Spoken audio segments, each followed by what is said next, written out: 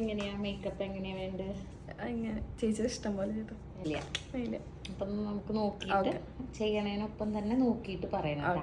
പിന്നെ ലെൻസ് ആദ്യമായിട്ട് വെക്കണത് എങ്ങനെയാ നോക്കുക കേട്ടോ. അപ്പൊ എന്താ അഭിപ്രായം പറയും. പേടിച്ച അത്ര പ്രശ്നമുണ്ടോ എന്താന്ന് പറയും.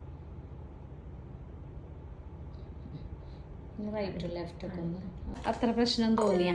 ഇല്ലല്ലോ, അത്രയല്ലേ ഉള്ളൂ, അല്ലാതെ വേറെ ഒന്നും ഇല്ലല്ലോ.